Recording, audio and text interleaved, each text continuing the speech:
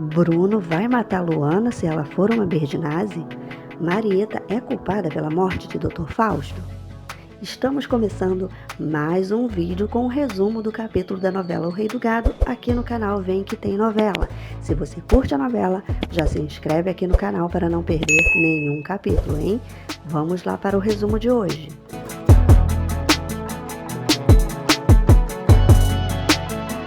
Em São Paulo, Leia avisa Ralph: nós precisamos controlar um pouco os nossos gastos, Ralph. Meu dinheiro está no fim.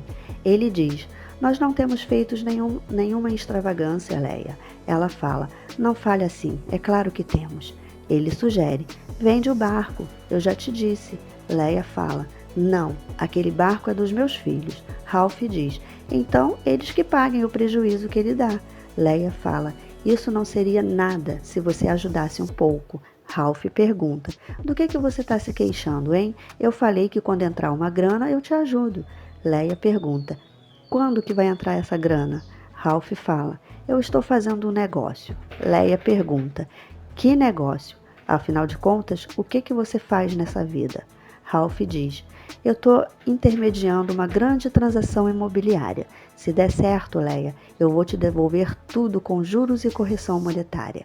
Assim, ele consegue enrolar Leia mais uma vez e consegue também arrancar mais dinheiro dela.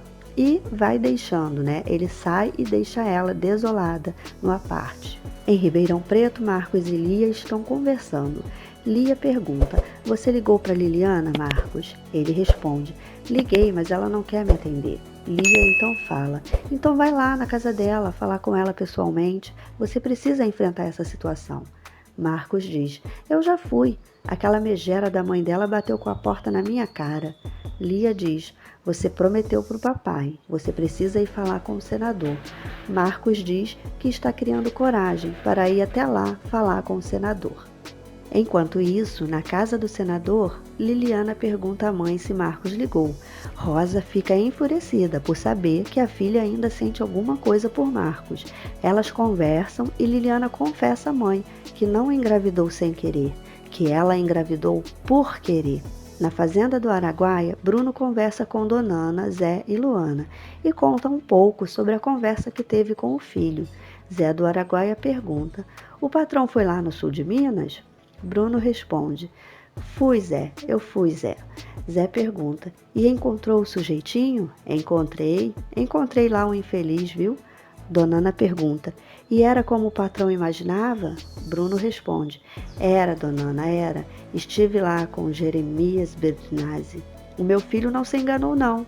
Eu voei ali por cima daquela região. Você precisa ver as coisas que o safado tem. Só no hangar, Zé do Araguaia, ele tinha 3 aviões.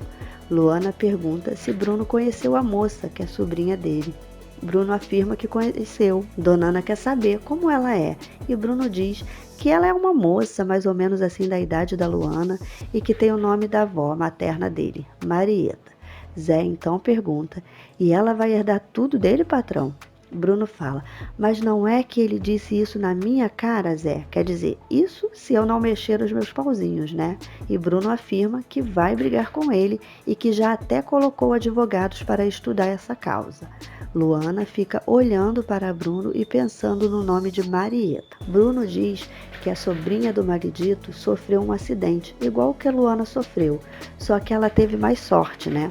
Luana diz que não e sorri para Bruno. Bruno, por sua vez, fala: eu acho que Deus não me daria esse castigo, não. Luana pergunta: que castigo? E Bruno diz: de você ser uma Berdinazzi.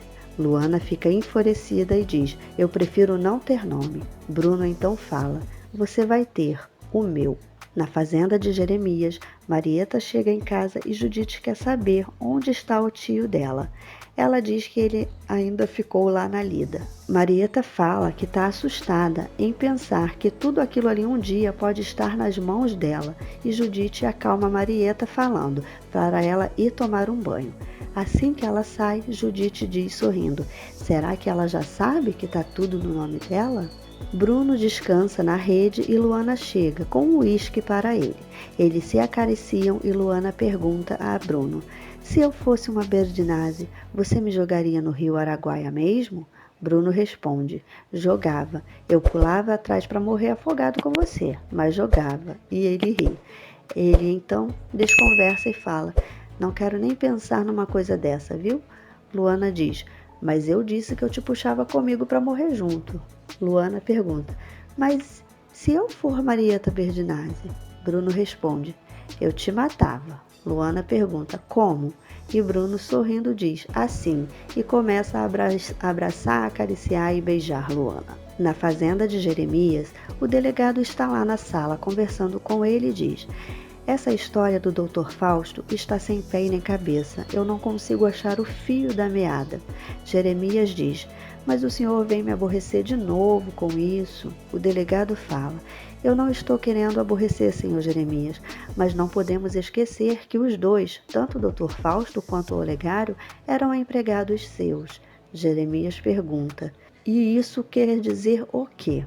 O delegado então olha para Marieta e diz: que pode ter alguma coisa por trás disso que eu não estou sabendo. Eu gostaria, se o senhor me permitisse, de conversar um pouco com a sua sobrinha. Jeremias, nervoso, fala: a minha sobrinha não tem nada a ver com essa história. Marieta então responde: pode deixar, tio, eu converso com ele.